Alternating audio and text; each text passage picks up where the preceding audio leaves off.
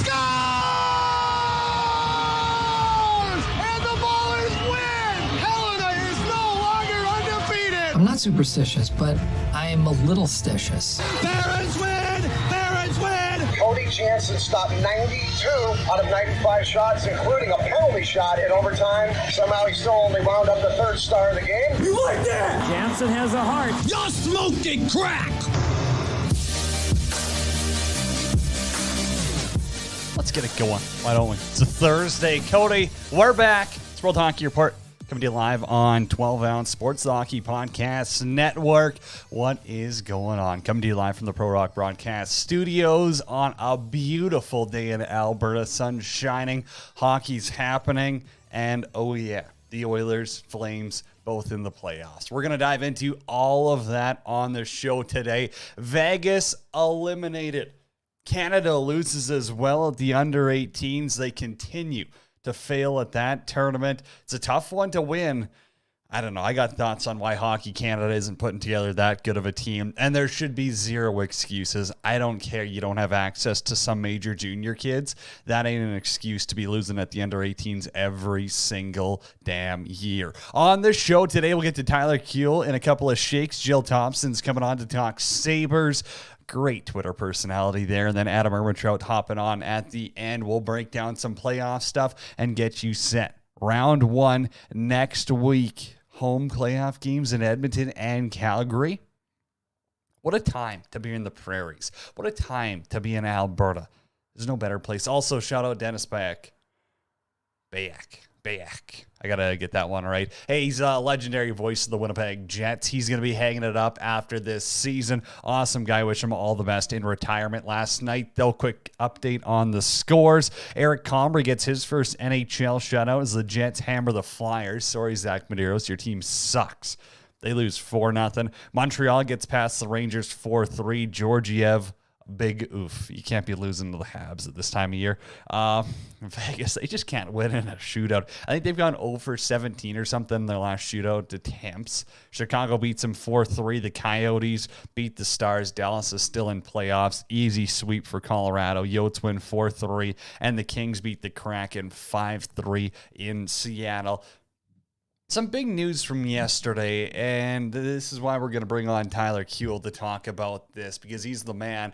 And the CHL, they're banning Russians and Belarusians from the import draft this summer. Obviously, Adam's got his opinion. I've got my opinion. Tyler's got his. They vary a little differently. And before I dive into mine, Adam was the one who put it out first off and said, hey, you know what? What did the kids do wrong? Why do they deserve to be punished? It's a fair take. I think it's a fair question to ask. Ken Campbell obviously had his opinion. He's from the Hockey Podcast Network and says, I don't remember, Canada banning Americans when the States invaded Iran. So we snap it over to Tyler Kuehl, host of Tuesdays on World Hockey Report here. World Hockey Report's finest now. I can call him that, TKS. Hey, T. Kuehl, what's your thoughts on that? The CHL banning Belarusians and Russian players for the upcoming year? Well, Janner, it's tough because for me, I worked at a news radio station, and so I get to hear all this stuff all the time. And just when you think that maybe it won't affect hockey too much, it does. Now, remember though, we got to remember that there was rumors that this was going to be announced earlier. I believe it was going to be last month or maybe a few weeks ago, but the public outcry for it kind of caused the CHL to second guess and maybe rethink their decision. Obviously, by the sounds of it, they did not. And it's so hard for me because there are so many players that are Russian that you can tell are not. They're just not. They don't like what's going on. They're not fans of it. The tennis player, I forget his name off the top of my head, literally during a match wrote on a camera saying no more war. And yes, I know guys like Alex Ovechkin they haven't condemned what has happened, and I understand that. But you're telling me that every single kid that wants to play junior hockey right now in Canada or would be thinking about going to the CHL is for what's going on in Ukraine? Like, that's my thing, is that they're punishing these kids because all they did was want to play hockey in their country their government decided to invade another country for reasons to the kids are kind of like, why would you do that? And I get the sanctions that the IHF has done, pulling the tournaments away from them and all the political sanctions and economic sanctions, all that stuff that governments have done, that's their business. But it's not like these teenagers can go up to Putin and the Kremlin and say, hey, guys, this is a bad idea. We shouldn't do this. Like, they have no say. They have no say what their government does. So why should they be affected? Why should their careers be affected because of what someone else does, what someone else decides? Like, that's my problem with this, Janner. I know some people probably are gun-ho saying the Russian, remember Dominic Hasek coming out saying that all the contracts. How did you know that was going to be the next person I brought up on my notes? That's funny. Because I remember that one too. I don't know about you, but Hasek was. I still think Hasek's maybe one of the greatest goaltenders ever play the game. Just because if you look at his numbers and the bad team he was on. But I remember that and I'm like, oh dang, Dom. And you can see why. And of course they're over there. And of course Hasek, he grew up in Czechoslovakia. He knows all about the KGB and the Soviet Union and how they were treating people back in the 60s and 70s. He lived through that, so I can understand why maybe this is. Maybe a little close to home for him. So I understand his reaction, but it's not like these kids, you're telling me like Matvei Mishkov is sitting there, pumping it in like this is a good thing. No, I don't know. But here's where I'm going to cut you off because you bring up Mishkov, and here's if there is ethical issue that the players have right now with the war. Why would they play in leagues and on teams that are in full support of it and very vocally supporting it with, displaying the Z symbol in their rink, having Putin signs up? If these players are against it and if these players really want to leave the country, should they not be opting out of that right now? Should they not be having a stand and saying this isn't right? And I know, you have to have some massive stones to be, boycotting the KHL, VHL, MHL at this time. But I would have a little bit of a different or more sympathy if these players were sitting out and saying, I fully don't agree with that. And that's why I want to go play in North America. That's why I'm not going to play for a league that supports Putin right now. No, and I totally get that, and that's why I think some players should be coming. Because I know we're probably going to bring it up too, but remember how bad it was for Artemi Panarin and his family. 100%. He had to go home, make sure everyone had to be safe, and that's why I think the CHL should understand that and sympathize. Some of these kids don't want to, kids that maybe I don't want to play here because it doesn't feel safe. Can I go play in the OHL? Can I go play in the Western League, the Quebec League? Let me find a place where I can fit in and feel safe to play the game I love. That's why I think the CHL is maybe really taking away here because, for some of those kids, and maybe not just Russians, or Belarusians, guys that play in Finland or other areas of Europe and whatnot and up there, they want to find somewhere else and find a new start for them. That's why they come over here and try it out and try to be in North America. So, that's why I think the CHL, I know what they're thinking. I see what they're trying to do here, but I don't think this is the place, Janner. I don't think this is the platform they should be taking right now. Yeah, you make some interesting points. I don't think it's hot water for saying that. I totally understand that, but it's there's a different message to be sent here with what they're doing here. Yeah, it's an interesting conversation for sure. And if you got a thought, join the conversation right now. If you're watching on 12 Ounce Sports Hockey Podcast Network, or say what's up. You got another question? Join the conversation right now, anytime. As long as we're going to keep it appropriate on here. I don't want to have to be skimming through comments again. That's an absolute nightmare. Hey, why is the PHF making news again? I seen it was going all over. I know Regan Carey's the new commissioner or whatnot. Are they thinking about expanding? Is that kind of what's going on there? Well, I remember last year when they made the announcement that they were investing $25 million into the league, that Montreal was going to be a shoo-in be the expansion team. Now, remember, there was going to be expansion with the Toronto. When Toronto came in, the Toronto Six, it was going to be Toronto and Montreal. Montreal, unfortunately, didn't quite work out. But the plan is that there's going to be two teams. Now, there's been many people that have speculated Pittsburgh to be the other team. The league right now is, I don't say they're skeptical about moving further out west.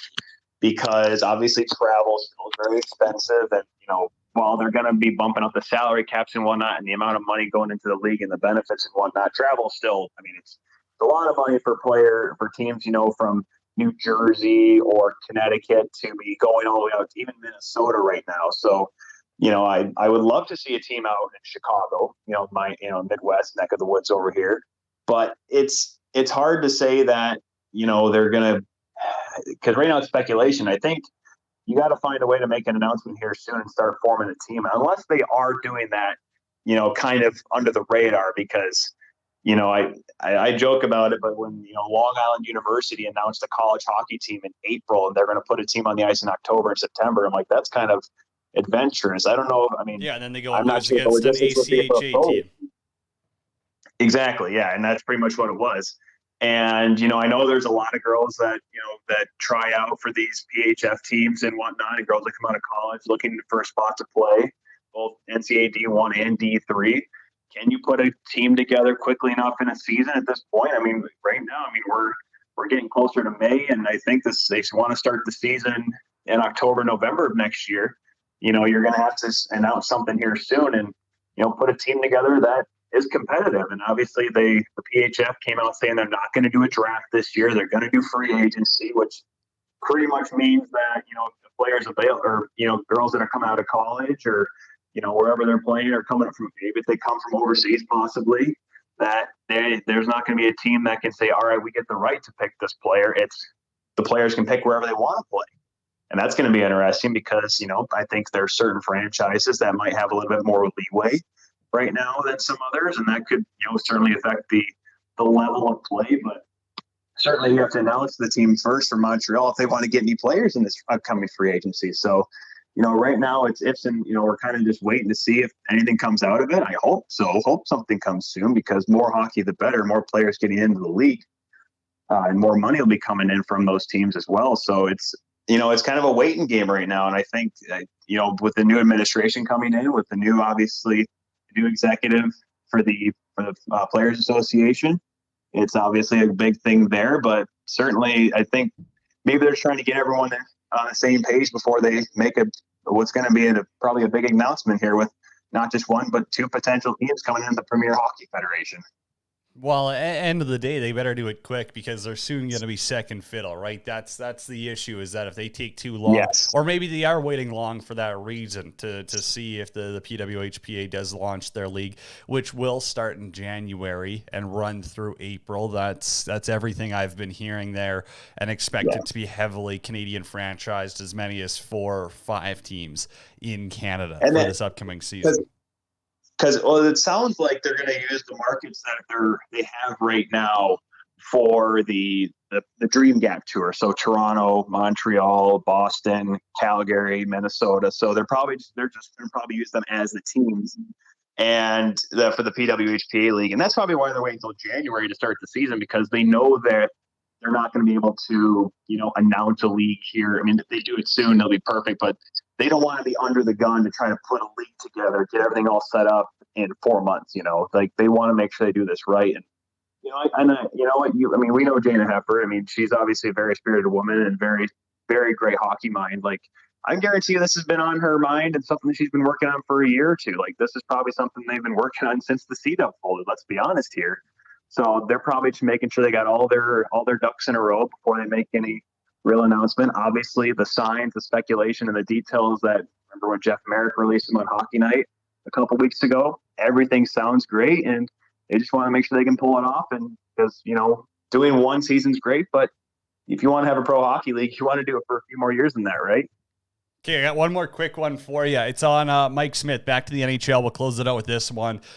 Since March 17th, he's 9-1-1 with a .941 save percentage. Do the Oilers have the best goaltender, the hottest goaltender coming into the NHL playoffs right now? Well, it's funny you mentioned that, Janner, because I did an interview with a gentleman yesterday that's going to be on next Tuesdays with Tyler at 2 o'clock on the World Hockey Report, and he says that Mike Smith is one of the best goaltenders right now in the league. And right now with the tandem, and Koskinen's played well earlier on this season, and he can certainly be a capable backup. But, he said that the Oilers have one of the best tandems in the league right now. And that's maybe my little tease there for next Tuesday. I'll talk a little bit about the Oilers playoff series with the LA Kings. So you'll just have to stay tuned for Tyler Tuesdays on World Hockey Report. T-Cool, I appreciate it, buddy. We'll talk to you next week. All right, Janner. See ya. Thanks again. Tyler Cool right there, host of World Hockey Report. On Tuesdays, our insider, the Insiders, joining us here on the show. I see Jacobs in the chat. Vegas is going to be firing Peter after this season. I think DeBoer's leash is probably gone. But, oh, man, that whole situation with Leonard, too, doesn't help anything. Like, Jacob, I'm interested, and we'll get to it after the break here, because we're going to be talking Sabres. So, you know, Jack Eichel's going to come up, and I know you love that conversation. And I get Robin Leonard battled injuries. How much of this season's failure falls on his shoulders? Does it fall more on management, coaches, for running a one-goalie system with Robin Leonard when he's never been the guy? He's never shown he can handle a full season by himself. I think a lot of blame has to start falling on Robin Leonard's shoulders here. It's an interesting one. 45%. Logan Thompson's our only good goalie. But Jacob, here's my issue with Logan Thompson is 3-4 years ago, he's playing against the University of Regina. He's a U Sports goalie who has worked his way up. But you wouldn't say Zach Sawchenko's the goalie of the future for San Jose. Neither would you say that about Logan Thompson. He's been a good stopgap. He's a damn good American League goaltender. He ain't ready to be a backup in the NHL yet, in my opinion. I don't think so. What's going on, Soda Pond? We got to talk Blues and Wild. We'll get to that with later on. I'm interested. I know Soda Pond's going to have a thought. Mike Smith, I think he's the best goalie in the NHL right now going into the playoffs. Got a 941 over his last 11 starts. Let's be real. He's always been a hot or cold goaltender, and right now Edmonton's got a hot Mike Smith. Vegas wanted to miss the playoffs so Panda could get healthy. Well, Jacob, if that's the situation, I think, hey, maybe that is. Maybe they do want to get fully healthy for next year. Again, interesting strategy. The Beer Sports Whatever podcast. Hi, I sub. Yeah, hit subscribe if you're watching on the Hockey Podcast Network, 12 Ounce Sports. Go to THPN YouTube, subscribe, hop in the chat, because when we come back, telling you it's going to be a good conversation. Jill Thompson always brings it. We'll talk Sabres on World Hockey Report.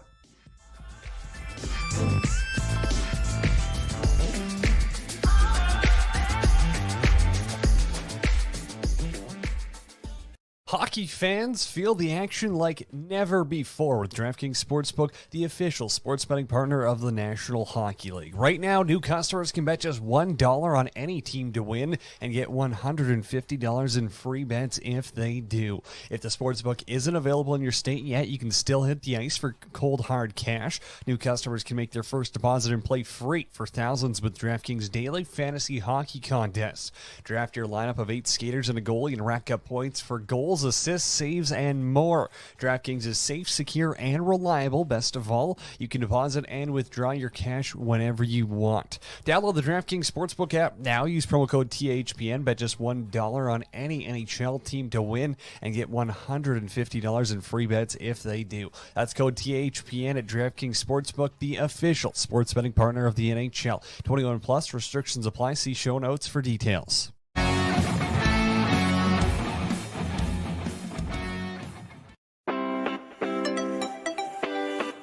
Take your game to the next level with Pro Rock hockey sticks. Pro Rock is changing the way we buy top-of-the-line twigs. They're lightweight, balanced, and provide the perfect kick point, whether you're a pro hockey player or a beer league legend. Pro Rock hockey sticks are made for you. They're at a price point you can't beat, so check them out today at prorock.com.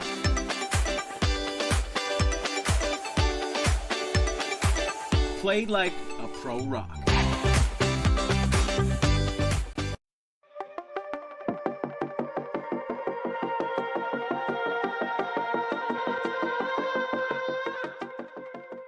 What we do here is go back.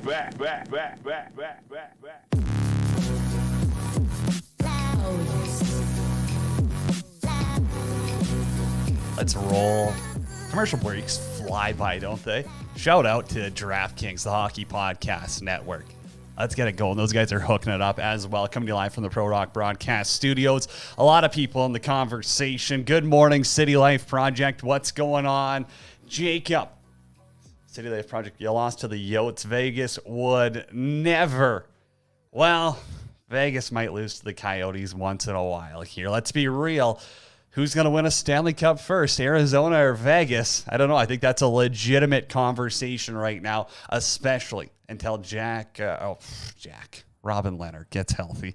I got my mind in a pretzel trying to read through 72 different comments here. Okay, let's snap it over. Jill Thompson, everyone knows her from Twitter as Sabres Bunny, Twitter personality. She's going to hop on. How about those Sabres right now? They seem to be buzzing right now. Jill, what's going on? Hey, well, I have to say, I feel like the NHL should allow another team to come in based off vibes, because I think the Sabres definitely have, after everything we've been through and that rally through the Jack Eichel stuff, and especially how we're doing now and how Jack Eichel is doing, I think we deserve it. Well, I mean, maybe they start taking a team based off of vibes, but vibes you got tonight against the Bruins. I think you went out of your way with a bold prediction on Twitter. I think I lost that one. You're confident. I have to do everything bold. You know that. You're confident in them against the Bruins, eh? I mean, it's, I've waited long enough. So now that we're doing good, I'm all in. You called a 4-0 shutout for them. Oh my goodness, I'm reading shout out on here as well. What's going on, T. Johnson, Devo hanging out here. I mean, get your bold predictions in. Follow us on Twitter at World Hockey RPT 4-0. Can we talk about this Tage Thompson kid or what? Because he's been buzzing. Absolutely. Not to throw my last name out there, but it's Thompson. So I love this because I need a Tage Thompson jersey now. I feel like I can get one. So he just tied Jack Eichel's single season goal record, correct? Oh, he passed it. Oh, okay. Wow. Great, he has great 37 research. Goals. Yeah, he has 37 goals. I believe Jack Eichel's was 36 on the season. So what a time for him to do that. I mean, timing is everything. So since February 16th as well, Buffalo's had a better record. They've scored more than Vegas. Their power play is wildly better. What changes have you seen since, Eichel distraction's gone out of Buffalo? So I have to put a disclaimer out there for myself. Once we're all allowed to be petty about Jack Eichel in Buffalo right now.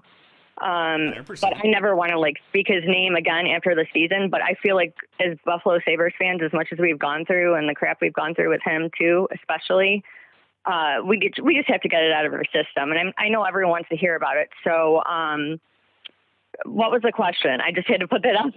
Oh, I just said, what have you seen different about the team? You watch more games than anyone here. Yeah. Well, number one is obviously, it's just night and day without Jack Eichel there. So there clearly was problems within the locker room with him, which I heard about, on the side, that affected these young players so much that you can see even older guys like Kyle Opozo, look at him. He's had over 20 goals this season. He's a reborn player. It's like I asked if he had rocket jets or rocket packs on his skates, after Jack Eichel was off the team. So it's a combination of things. So obviously, I think the younger guys found chemistry. They're getting their lines figured out. Who is most efficient with who. We pulled in. I know behind the scenes, we pulled in a couple analytics people that are incredible. And everything's just coming together. I mean, obviously the coach, Donnie Granato, who we call Donnie Meatballs, to me, he would deserve coach maybe next season, because I really am confident the Sabres could make the postseason next year or next season. And he will definitely be in contention for, coach of the year. Between him and Kevin Adams, the GM in Buffalo, they've really turned it around quickly. I think all the things were there. It wasn't lining up the right way. So that's such an Eastern thing to call it the postseason.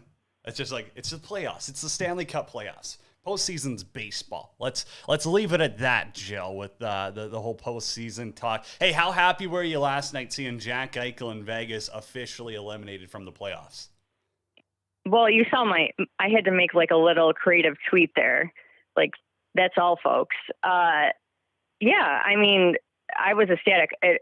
Honestly, like, I hate to say that seeing a player fail gives me some kind of joy, but he was poison for our fan base, our team, everything. And now people understand, and I love to see, all of the NHL and the fan bases understanding it and getting it. It means a lot. So we all knew what was going on, but no one else got it. So it was awesome. What's the potential for this team next season? You say you think playoffs, not the postseason, are an actual possibility. Like right now, is it a coin flip for playoffs next year, or do you think like this team's actually going to contend for something higher than a wild card spot? Because like the Metro's tough. The only missing piece for me right now is goaltending. I feel like we obviously have a ton of talent in our pipeline. We got Levi, Portillo, we got UPL. Something that has been on my mind is getting Craig Anderson, even though, he is old, he has performed and done so well, more, better than anyone expected him to do at his age for the Buffalo Sabres, especially now that, the offensive corps are actually producing. Craig Anderson is like having goaltending is everything. So the missing piece for me is just getting the goaltending on lock. And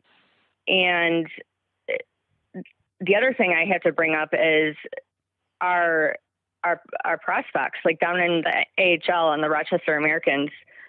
We have Jack Quinn and JJ Peterka, and JJ Peterka has 64 points, which is the most points in the AHL since I'm going to butcher this name, Chouinard in Nova Scotia from the 1975-76 season. So we're stacked. I'm pretty confident in us making the postseason next year, and we're going to lap the Leafs beating the first round, and we're going to lap Jack Eichel too, because he's not going to make the playoffs again. Second straight year for Vegas without playoffs would be crazy. Who's having a more impressive year, Jeff Skinner or Alex Tuch? Oof. It's got to be Skinner, right? I saw this argument on Twitter, and that's why we all knew Skinner. Everyone that knows hockey knows Tuch and Skinner are like solid guys on and off the ice. They're good for the locker room. They can score a lot of points. They can play two-way offense. I think a lot of people, yes, you're right, Skinner, because he got so much shit talk about his contract, that $9 million contract. And now he's owning up to it, even, on a team that's not making the playoff, that we're 30 points out of the playoffs, and he's putting up 62 points, 33 goals, 29 assists. He's had 20 points in the last 18 games he's played. So what's your thoughts on Casey Middlestat? Because I know this is a guy who I was pretty high on. I'll be honest. I swing and a miss at this. After that. But like 18 points in 38 games. I don't know. What's his ceiling right now? Third line center? Is that kind of where everyone's going to be slotting him? I know everyone got so high on Casey Middlestat from that World Junior Cup goal. Like he did the whole, what's his face? Bobby Orr style goal that won, He just took a longer time to develop. I don't think, the Sabres get no coverage really across the NHL media. They sucked for the past how many years? You can't complain about not getting coverage. I am the first person to make Casey Middlestat jokes all the time because it's too easy. But he's been nursing an injury. Like, I don't know exactly what it was, but they just came out in Buffalo press with him saying, he's had an injury all season, which whatever, but hopefully like in his rehab, he can do a pull-up this time, so. Well, it's not Sam Bennett. Andrew's hopping in the chat here, says Skinner's always been good. I don't know if he's always been good. I think he had a down. I think the pressure of getting a lot of money gets to some people differently. I think that's a fair way to put it. And I also think that, like, could a guy like Victor Olofsson be putting a little bit of pressure on, Skinner and other wingers? I knew you love Victor Olofsson. I knew you were going to bring him up, so I did my research. He's got an unbelievable shot. I really think so. Front Row Production says, oh no, I don't know what the oh no is for. Danelle says, is anybody happy or not happy that the Golden Knights missed the playoffs for the first time ever? Shout out, Danelle. You're late to the conversation, but we've been cheering about that for a long ass time. Hey, I'll ask Andrew, oh my gosh. Andrew, Danelle, Front Wrath, the Wrath of Jacob, Danelle. Hey, who wins the Stanley Cup first, Vegas or Buffalo? Because that's the question of the day that we've been buzzing through right now. Okay, I'm sorry. Back to Victor Olofsson. Jill, where are you at with him? I mean, the last time I was on with you, I was all for him too. The kid, I feel like he is the next Sam Reinhart for the Buffalo Sabres and being underrated. People don't realize like how good this kid is. And anyone who is big into hockey, fantasy hockey, or a true Sabres fan knew him in Rochester. I mean, the kid tore it apart just like JJ Peterka and Jack Quinn are right now. He's had 20 points in the last 18 games, and you put him on the right side on the power play, and the kid, you can't see the puck. I mean, you have to like slow-mo it down times like 100 to even see the damn puck because he shoots it. I mean, I really want them to put him in front of one of those, radar thing, whatever they're called, to figure out how fast this kid can shoot the puck. Because I've even heard Jack Eichel on Spitting Chicklets, saying the kid's can rip a shot faster than anyone he's seen. Dahlin even said, I've never seen someone shoot a puck as fast as this kid. So it's all there. It's just about placement, and now that I think the pieces of the puzzle are coming together for the Sabres, that's why we're going to see a lot more of this. Well, Danelle wants Vegas to, why would they go wear their gold jerseys as their home jersey for next year? I really don't care what jersey. I think Vegas has ugly jerseys to begin with, like ugly jerseys, ugly helmets, too. Terrible style. Andrew, talking and about... And they want to wear those metallic gold helmets. They're gross. Like they do in Sweden. Yeah, it's like a top goal scorer. You get one for sure. Vegas doesn't deserve a Stanley Cup because they were already handed a Stanley Cup final on a silver platter, in my opinion. Well, they didn't get a Stanley Cup. When they entered the league. They got 2-1. Yeah, it was a rigged situation, but also the NHL's better off with Vegas doing good because then it means less escrow. Jill Thompson, our guest here. Follow her on Twitter at SabresBunny. I got one more for you, and that's on your guy, Rasmus Dahlin. I mean, he's been called a bust. He's been called every mean name in the book. And somehow this kid has taken another step forward once again to the point where I think people were kind of getting sick of him, kind of thinking maybe you move on from him. Like, can you get a return if you get him out of town? I don't know. He's shoving it up everyone's hoop right now. Yeah, and I call that like the Facebook dad group that says it's just people that don't understand. The kid was 18 years old, breaking Bobby Orr's records on the Sabres team with Jack Eichel, which was awful, terrible. So we have this 18-year-old kid posting, 40-plus points his rookie season in the NHL, transitioning from the SHL, adjusting to the rink, everything. And no one got that because they just expect like a normal defenseman would come in at once, they like Cale Makar. He went back to the NCAA, played for his college for a season and a half, played for the playoffs with the Avalanche. You know what? I'm going to bookmark that. You can't even right say now. It's he not is. even a I think long term. No. Okay, right now, this sure. is not a conversation we're gonna have here. Cale Makar. Well, we can have an is entire twice we the can have an defenseman. entire show about that and let people call in. But Cale Makar, I'm comparing Cale Makar for right now is because people know his name and understand that. But I'm saying Cale Makar was given more time to develop. He went back to his college, kind of like Owen Power, and now he's in the league destroying it already. But Cale Makar is like a foot shorter than Dahlin. Like Dahlin could body him. Dahlin has more agility. Dahlin has not even played 1/10 of his ceiling yet. That's my opinion. He's finally finding his confidence. The thing this season is he went to the All-Star game. He got confident.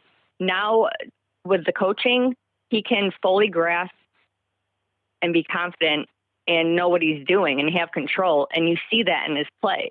And that's why he is actually, in his last 6 games, he's put up 9 points.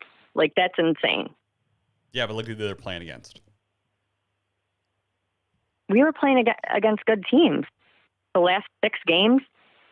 But also, remember last time I was on, I told you Dahlin, they had him playing on the left side when he is accustomed to playing on the right side. They put him on with Owen Power for a few shifts, with Owen Power on the left, Dahlin on the right, and it was an analytic hockey person's wet dream. Like, it was insane. It was mind-blowing. So just watch out. That's all I'm saying. Well, you saved your wildest take, and then you totally redeem yourself talking about Power and Dahlin playing on their proper sides to close it out. So, Jill, thank you. It's always a blast catching up with you to talk Sabres. I'd say enjoy the playoffs, but the Sabres won't be there. So Yeah. I guess we'll touch base in the off season. Of course. And are the Oilers going to the postseason? I can't remember. Oh, yeah, they'll sweep the Kings first round. It's an easy one. I already called it. First round, probably win a cup like I predicted before the season. The West is easy, but the West is easy breezy. But anyways, it was a pleasure. Thanks for having me. Jill Thompson right there. Follow her on Twitter at Sabres Bunny. When we come back, Adam Ermintrout is going to hop on. Andrew, I see your comments. Danelle, I see your comments. Front Row Production says, let's go Capitals. We'll get to those all after the break, and Erm's going to hop on as well.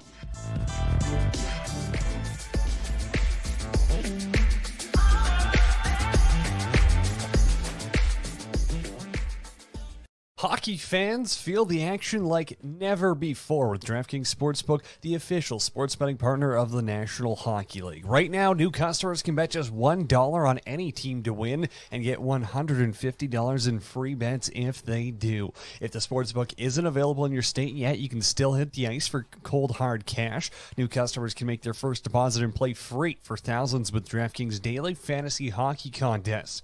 Draft your lineup of 8 skaters and a goalie and rack up points for goals, assists, saves, and more. DraftKings is safe, secure, and reliable. Best of all, you can deposit and withdraw your cash whenever you want. Download the DraftKings Sportsbook app now. Use promo code THPN. Bet just $1 on any NHL team to win and get $150 in free bets if they do. That's code THPN at DraftKings Sportsbook, the official sports betting partner of the NHL. 21 plus restrictions apply. See show notes for details.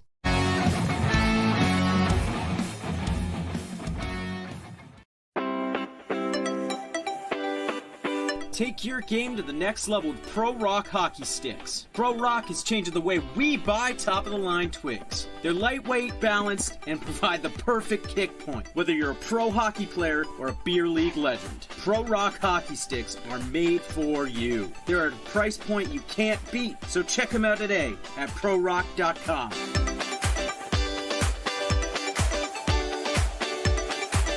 Play like a Pro Rock.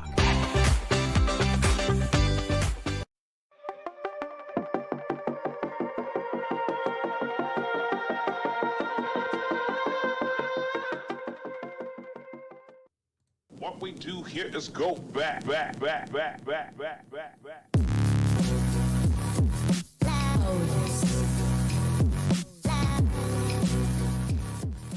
What is happening? Thursday World Hockey Report. What's going on? Andrew, love the last conversation. Jill Thompson, you can follow her on Twitter at Sabres Money. Earlier it was Tyler Cool on Twitter. T-Cool, he's the man. Hanging out now, it's Adam Ermintrout. Going to stop by and talk some playoffs. Oilers, Kings, round one. The Oilers have the hottest goalie in the league coming into round one. Does that equal a sweep for Edmonton? No, I don't think so. I think LA probably, I think I'll say Edmonton 5. Just because, LA's, they're going to get one quicker. Peterson will play well for them. They'll, McDavid and Draisaitl will have an off night, and LA will win like 2-1 or 3-1 or whatever. But no, I don't think a sweep, but I think, and right, like Mike Smith, he had a good year last year and was average in the playoffs, and, you can't have average in the playoffs. We got an interesting quote here from Jay Woodcroft. I wasn't going to use it, but I'll tee it up. We might cut it off partway through. But Jay Woodcroft was asked today about, when do you rest guys? How much can you put on them in games 81, 82? He had an interesting answer. Have a listen. Do you put a focus or a premium on making sure that guys are rested before your first playoff game? Yeah, I think for us, and it's almost been I keep saying it, but we're focused on the day's business, and we've kept consistent with that messaging right from day one. And I think for our team, we want to make sure that we're in a rhythm, in the proper rhythm, doing things properly, having purpose to our work, understanding that today is an opportunity for us to get better and refine some things in our team game so that we're ready when we start with game 83. But as I said, I keep going back to it, we're taking care of today's business. So he wants to stick with today's business, and I understand that mentality, one day at a time. You can throw whatever cliches you want out there. I think, though, that it probably wouldn't hurt to rest McDavid and Draisaitl. I don't know, I think McDavid was skating with Kane and Puljujarvi today. Broberg's back up. I don't know. I think you got to rest the big guns, Adam. Am I wrong in saying that? Because it would absolutely kill a team or suck if you lose your big guys on games, 81 and 82 that are meaningless. Yeah, I think there's two ways to look at it. Like, you could rest the guys and say, okay, give them a week off, they'll come back refreshed. But, the other way is we want to gear these guys up for playoffs, not gear them down. And but even if they play, what are you going to do to play them a max 15, 16 minutes? And, they're probably going to, I don't want to say develop bad habits, but there's a loose puck or something. And, it's a 50-50 puck. I can't imagine McDavid or Draisaitl's going to, be going in for it like they would in the playoffs. So I guess it's too conservative to play them and have them, play like how I'd assume they're going to. You got a bet tonight? One of the best bet you got lined up? Like, Oilers are taking on the Sharks. They're obviously heavy favorites. Anything you're liking? Yeah, Evan Neal to be the 5th pick in the NFL draft. It's like, or 5th pick. It's like plus 600. Oh my goodness. I totally forgot about the NFL draft. That's going on. Andrew's in the chat. Yes, they do. I don't know, Andrew. I'm still on the fence about resting guys. I think you should. But speaking of bets, Adam's going with that. We asked on Twitter, hit us up at World Hockey RPT. Mikey says Vancouver at minus 118 is what he got them at. They're now minus 180. Sick bet right there for you. Oates to Hall says the most fun would be a 2-team moneyline parlay, Sabres and Preds. Well, we'll get to the Preds in a second. West Coast Hockey Bias says Florida is one of the few teams that still has something to play for, President's Trophy, and they've got Ottawa. Don't mind that. Jill says Sabres going to shut up Boston 4-0. Brandon says he'll take the over in the Sabres-Bruins game. Ryan McKinney says Boston, Edmonton, Devo. Kings are the dogs in Van because of the back-to-back. Lots of chalk tonight there. And PCL says Sabres plus 1.5. So a lot of interesting takes here. Danelle says the 3 teams that are in pressure in the playoffs, Avs, Panthers, and Maple Leafs. Who do you think has the most pressure, Adam, coming into the playoffs this year? Definitely Toronto. They have traded a first rounder every year. They only have like 2 years left in Matthews' contract. I think Marner's as well after this one. So definitely them with Florida. I know Huberdeau's up in a bit, but they've traded some stuff, but I think that they still are young enough and have enough guys, like the Marchment and Verhaeghes and Ekblad's locked up and Spencer Knight to still not have a worry, but I think it's got to be Toronto. I think that's fair, but how can you say they've got a ton of pressure when they have to play the best team in the East and the Tampa Bay Lightning? Like, they're not going to be favored in that series. No one would be shocked if it's over in 5 even. Like, you got to play Hedman, Vasilevsky, Kucherov, Stamkos. Like, I still think that Tampa Bay is, they probably use bench management, if you want to throw a basketball term out there this season, because they know if they just get into the dance, they got a damn good chance at winning. So I don't think you can put that pressure on Toronto based on their first round matchup. I think I agree with you on that, but I think the pressure is more so just based on past history and that this is essentially the last dance they have with this group. There's not even really a question about it. So I think that's where the pressure comes from. And, who knows, they might be missing Michael Bunting for the first round. Join the conversation anytime at 12 Ounce Sports Hockey Podcast Network. And, of course, if you are watching on Twitter, Facebook, wherever, hop over to THPN and click on that subscribe button. So let's talk Flames and Preds. Preds are without Saros. That's obviously going to help the Flames. The juice is going up. I know we'd love to see one Saski guy between the pipes for Nashville. Not quite sure we'll get there. But Calgary playing David Rittich, their former goaltender. I don't know. What's your lead in this series? Like, I can't even say Calgary in 5. That's not set yet. That's not set yet because if Dallas beats Anaheim, they'll be 3 points up on Nashville. If Dallas beats Anaheim and Nashville loses to Colorado, then it'll be Nashville, Colorado. Really? Yeah. So because right now Dallas is a point up. If they beat Anaheim, they'll go 3 up, and then if Nashville is Colorado, they'll be down. So I know Nashville holds the tiebreaker, but they play Colorado tonight. Okay, interesting. Yeah, I think you'd way rather play Dallas than Nashville. Well, maybe not if Saros is out. Maybe you would rather play it. I don't know. I feel like with Dallas, you have I don't know. Like, there's a couple guys on Dallas. Like, does Tyler Seguin or Jamie Benn really worry you at this point? Probably not. And the lower end of the Nashville lineup is better than the lower end of the Dallas lineup. Yeah, I think that's fair. Danelle says, I saw the video on Neil post to post. He did a video on it that the Golden Knights are going to wear their gold jersey as the home, and they'll have a new alternate jersey. So what will happen with their away jersey? I don't know. I don't know, Danelle. I apologize. I'm not exactly sure. I'm not a jersey guru by any. I think a new alternate for them makes sense. The gold. They said black for the alternate. Okay, blacks are cool. I wouldn't mind seeing them, do some. Well, no, what did they wear at the outdoor game? That was a black base one. The red ones. Okay, I didn't mind the reds actually. Yeah, I thought those were sharp, like a little roulette action. Anything but those stupid gold helmets. I'm sorry. I just can't stand those. Andrew, Flames so hot, I think they can get the cup. Thought the Stars were out from last night. No, the Stars lost. They're still it. They're going to be number 8 no matter what. I didn't know they could get to number 7. I really think if you're Calgary, you're laughing. Plus, you get revenge from the bubble, right? It was Dallas who knocked out Calgary in the bubble. Yeah, way back when. I choose to forget the bubble, honestly. Way back when, it was like 18 months ago. A year. Yeah, 2 years. Danelle, what was my favorite retro reverse jersey? I like the Jets. And I think that's just one where they went a little off, the grid. But I don't know. I think, what was your favorite retro reverse, Adam? I like the Navy Florida ones. I thought those were pretty sweet. Like, they're kind of like they're older ones, but I just thought they were a sharp jersey, better than what they wore now. Then Al, don't worry about that guy in the chat there. There's a lot of trolls, so we're having to monitor it pretty closely right now. So if you're wondering why things start going haywire once in a while, we got some friends or some sort of trolls hopping around in there. So if Nashville doesn't get Saros back, do you think Rittich is able to push it to 6 or 7, or do you think Ingram's going to have to come in?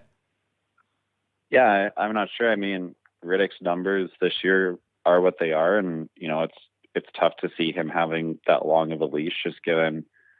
I mean, Connor's played 50-some games in the minors too, so it's hard to quantify like 15 NHL games versus 54 AHL games. I think either of them would maybe have a leash where if one falters, the other goes in. I think that's fair. I don't know. I could see it being a lot quicker. Just the Saros effect. We've seen it every time Saros plays in Edmonton and even Calgary. Like, he just ups his game. He's got that much potential. So maybe Ingram gets hot. Maybe he pulls a Jordan Binnington, goes on a run. We'd of course love to see that. And yes, we'll sacrifice the Calgary Flames playoff hopes for that. The playoff series I'm most excited about, and you know this already, Minnesota Wild and St. Louis Blues. Can we see, is this the number one series, I guess, on paper in your mind? Definitely the hardest one to pick, where I'm going to say, I think I said like Minnesota in 7, and, you know, that's not really with any confidence. I think the biggest thing for me is Minnesota has 2 goalies who have proven they can play in the playoffs. Talbot had that really good run with Edmonton in 2017, and then in the bubble with Calgary. And, you know, as far as St. Louis goes, Jordan Binnington the last year and a half has not played well, and, you know, Billy Husso's taken over, and, you know, I think he has like 6 or 7 losses this year, but unproven guy. And, you know, I think that I trust Minnesota's 2. You don't know which, I guess of the 4, you don't know which 2 are going to start, but I also think that Kirill Kaprizov has a level he can get to, because he wasn't great in the playoffs last 2, that, you know, I think Robert Thomas and Vlad Tarasenko probably won't be able to, but I just think the Kaprizov, Zuccarello, Hartman line is better than what St. Louis has. St. Louis has way more game breakers, though. That's Wild over Blues in 6, Andrew says. I'm taking the Blues over the Wild in 6. I think St. Louis has a goaltender in Binnington who can snap and just get in the zone. And I'm not saying he can go on a full playoff run here. And again, you've got Ville Husso, like, what a great goaltending matchup, a good defensive matchup, a good offensive matchup. Like, when people are like, oh, Tampa and Toronto is the premier series in the playoffs, no, I think Minnesota and St. Louis are going to be the can't-miss games this year. Yeah, you know, you want those 2 teams to beat up on each other, because that's what playoff hockey's kind of turned into. And, I mean, those are the 2 that I'd rely on. Pittsburgh and Washington, are they dead to you? They're no longer contenders? I don't know. I think Pittsburgh's pretty beaten up. I mean, if Tristan Jarry's out, they have absolutely no chance. Washington doesn't have a goalie they can trust, but they could still, you know, win a round or 2. I just, that division's pretty tough to pick, where it's like Pittsburgh, Washington, Carolina, Rangers. It's tough to pick. I mean, definitely wouldn't be surprised to see them win a round or 2, but there's big question marks with each, specifically on the back end. So I think the next time we'll talk, it'll be after game 2 or maybe before game 2. Oilers and Kings. So we'll leave it at this. Give me a prediction on that series. Oilers in 5. Sticking with Oilers in 5. I don't mind it. I'll say Oilers in 4 to be bold. Anything else you want? Oh, no, I got to ask you about the CHL. The hell, I gotta ask you about that one. They're banning Russians and Belarusians for the upcoming import draft here. You expressed your opinion on that. What did the kids do? But hey, the floor's yours. Yeah, I mean, I think they're penalizing them, I guess, based on their country's situation, I guess you could say. And there's a guy here in Saskatoon who came here, and I don't know if he played great the first month, and now he's going to be a mid-round NHL draft pick. So I think seeing those guys, and I mean, they have no bearing and stuff like that on how their countries operate. And honestly, I think you could even go a step further and say, if you allowed these kids to come over, then, you know, it'd be better for their own situations, right? Like, let alone hockey, but, you know, coming to Canada, which is obviously a lot safer than, you know, anywhere over there. It's a lot safer for them, and to get drafted here, it'd be a lot better. But I mean, is what it is, I guess. Does anything weigh on you when you think about these players right now playing in leagues, playing in event showcases that are fully supporting, you know, Putin and Russia right now in their invasion? Or do you think if those players were to sit out and say, hey, I'm kind of protesting, I don't want to be a part of it, do you think then those kids would have a better chance of coming over? Or do you think that just doesn't play into effect anymore? It's just, hey, they're Russian. Yeah, I'm not sure it plays into effect. I mean, then you're making all these rules, and maybe a guy says something that just to get over here. I think it's a bigger issue than that, probably. And the NHLers, you think we're still going to get Russians next year? Or do you think it's going to boil over?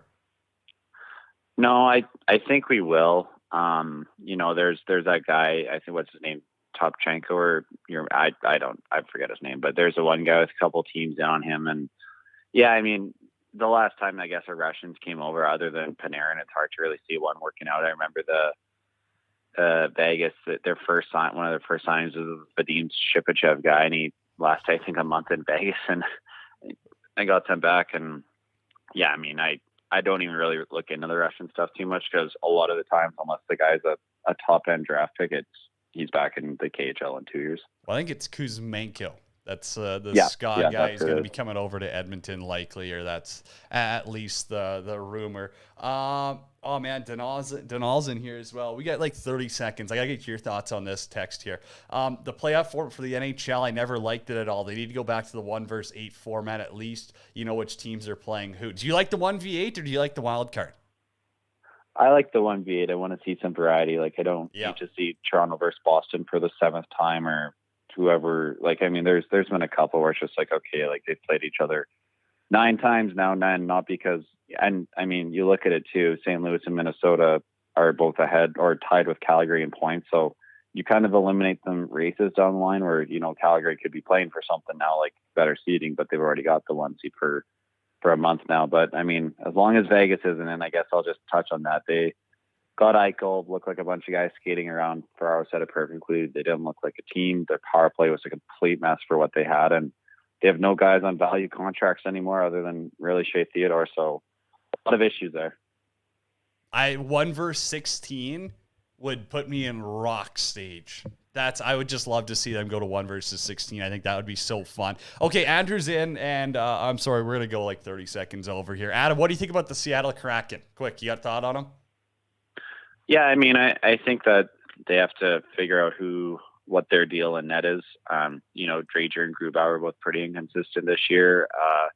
They got to figure out which guys are players for them and which guys they don't need. I mean, they played the heck out of like Riley Sheahan and, you know, a couple other guys like Carson Coleman. And, you know, I think they need more guys who they're going to build around in their core, opposed to, you know, just playing veterans to make games respectable. Because this year it seemed like they were trying to be good and then they realized they weren't, but they wanted to sell tickets or whatever. So I think they need to have a more clear direction there on, you know, let's be bad and then be good, opposed to, yeah, let's pick 7th this year. And then let's pick, like, you know, have a direction is what you're saying. Hey, Danelle, I fully agree to you. You know, I don't think they're going to go back as long as Gary Bettman's in charge. That's going to do it. Andrew, everyone, BC Hockey Podcast, thanks for hanging out with us. Back next week, same time, same place.